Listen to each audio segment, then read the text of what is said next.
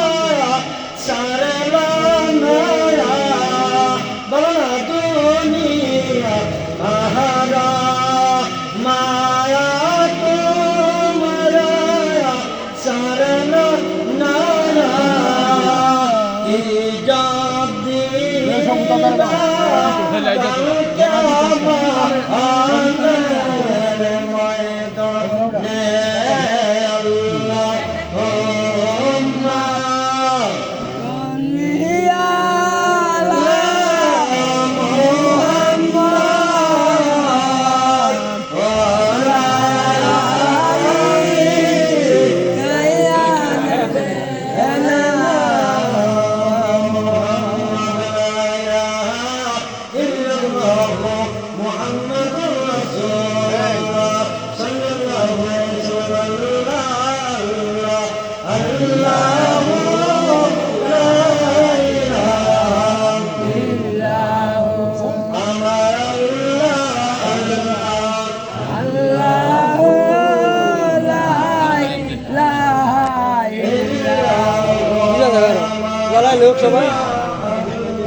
হইলো জোরে আমার কাছে দিয়ে লাবি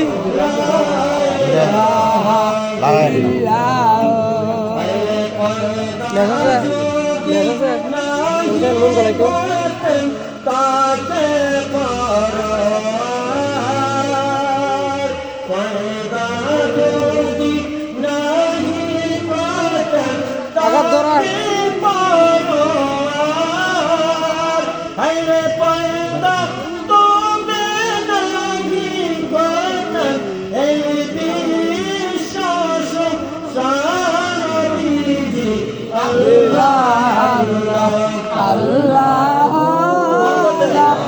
তুই অন্ত দা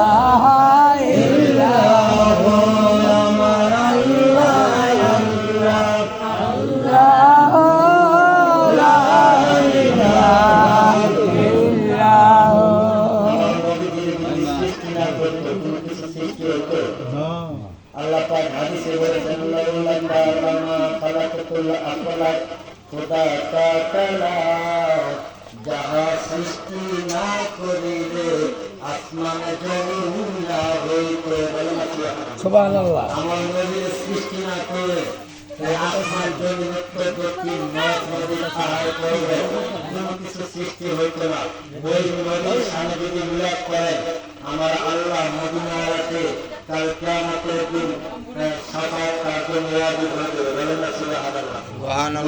নবীকে যারা সম্মান করলো ভালোবাসলো ওই লোকটা যেন আল্লাহ পাককে খুশি করলো। আল্লাহ পাককে খুশি করলে আর কিছু লাগবে নাকি? নবী আর আল্লাহ যদি খুশি হয়ে যায় পীর মুর্শিদের উসিলায়, পীর মুর্শিদ ছাড়া না, পীর মুর্শিদ এমন একটা জিনিস, তারপর আমার দয়াল নবী, তারপর আল্লাহ, তিন হাতে এক হাত বলে বলছে আমার বন্ধুর দিকে আমি না বানাইতাম। আল্লাহ বলে, কেন বলে? আল্লাহ কই মিশা কথা কইতে নেই, আল্লাহ কয় মিশা কথা। আল্লাহ কয় আমার বন্ধু না বানাইলে আমি আল্লাহ কোনো কিছু বানাইতাম না। আমার বন্ধু প্রেম করে আমি আল্লাহ সাহায্য বাহান বানাইতাম। বলে ওই জন্য কয় যদি লাগি করতেন তাতে পারো হায়রে পয়দা তবে নাহি করতেন এই বিশ্বাস সারবিধি আল্লাহ আল্লাহ আল্লাহ লা ইলাহা ইল্লাল্লাহ। এইগুলি কুরআন ও হাদিসের কথা। এই যে পাক পঞ্চতনের পাটি করা, বলে না সুবহানাল্লাহ। এই পাক পঞ্চতনের পাটি অনেকে হাকিকত জানে না। পাক পঞ্চতনের পাটি কেন করায়? এই কি জিনিস, কার নামের উপরে ধরায়? এইটা কি? এই পাক পঞ্চতনের পাটি যারা ধরাইল, এই পাক পঞ্চতনের পাটির নামের উপরে যারা একটা টাকা দিয়ে এই পাক পঞ্চতনকে শরীক হইল, কাল কিয়ামতের দিন হযরত আবু বকর সিদ্দিক রাদিয়াল্লাহু তাআলা আনহুর সাথে একসাথে হাসর হবে। যারা টাকা দিয়ে শরীক, আবার টেহা কষ্ট করে দিয়ে না, বাইতে বাড়ানোই চলবে, এই টেহা দিয়ে না, আবার বাড়া রাখতে হবে টেহা দিয়ে। এটার মধ্যে টেহা তো বিশাল মসলা, বিশাল ফাইল। বলে না সুবহানাল্লাহ। এই পাক পঞ্চতন কার নাম? হযরত ইমাম হাসান, হযরত ইমাম হুসাইন, আমার মা ফাতেমা, জগতের মা হযরত আলী, আমার দয়াল নবীজি কয়জন হইল? পাঁচজন। এই পাঁচজন নামের উপরে এই পাখিগুলি দয়া থাকে। এই জন্য আছে কি কয় আপনি পাঞ্জা তনে গণবি, আপনি পাঞ্জা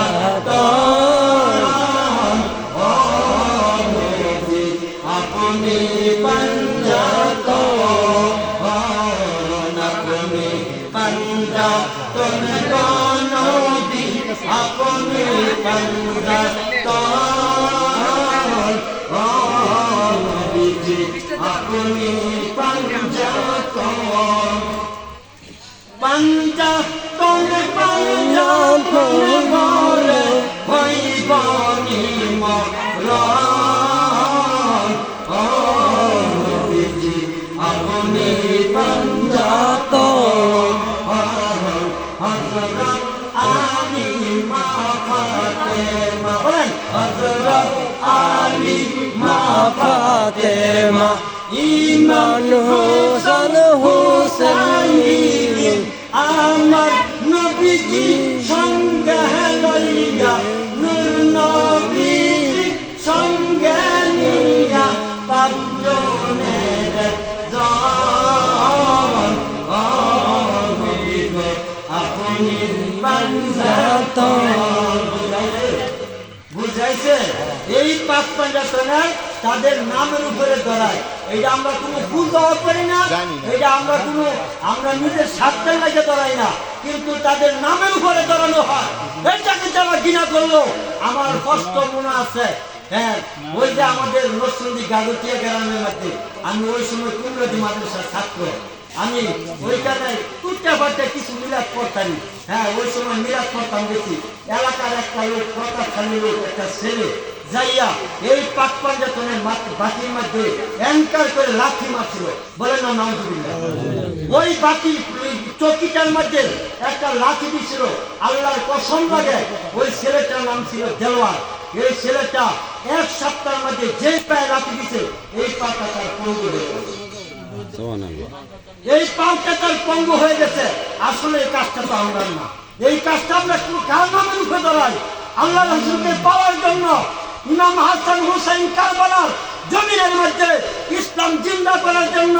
ইসলাম জিন্দা হতা হ্যাঁ, হ্যাঁ কারবালা কি বাদ হ্যাঁ। এই ইসলাম জিন্দা করার জন্য এই শরীরের তাজা রক্ত এই জমিনের মধ্যে ঢেলে দিচ্ছেন। আপনার মতন আমার মতন ছিল না। আমরা তো আমি যদি কয় ইসলামের জন্য তোমার হাতটা কাটতে দিতে হইব, আমরা জীবনে করতে পারতাম না। আমি বাদ জায়গা ভাড়া দিয়ে দেন, আমি বাদ জায়গা হাত কাটতাম না। কিন্তু ইসলামকে জিন্দা করার জন্য তারা নিজের জীবনকে কুরবান করে দিচ্ছে। তারপর পিছ পাওয়া হয় না, তাদের নামের উপরে এই বাতি ধরানো হয়। ইমাম হাসান হুসাইন, মা ফাতেমা, জান্নাতের মহিলাদের সর্দার, জান্নাতের মহিলাদের সর্দার মা ফাতেমা আনহার উপরে এই বাতি ধরানো হয়। হযরত আলী কারামুল্লাহ যিনি নাকি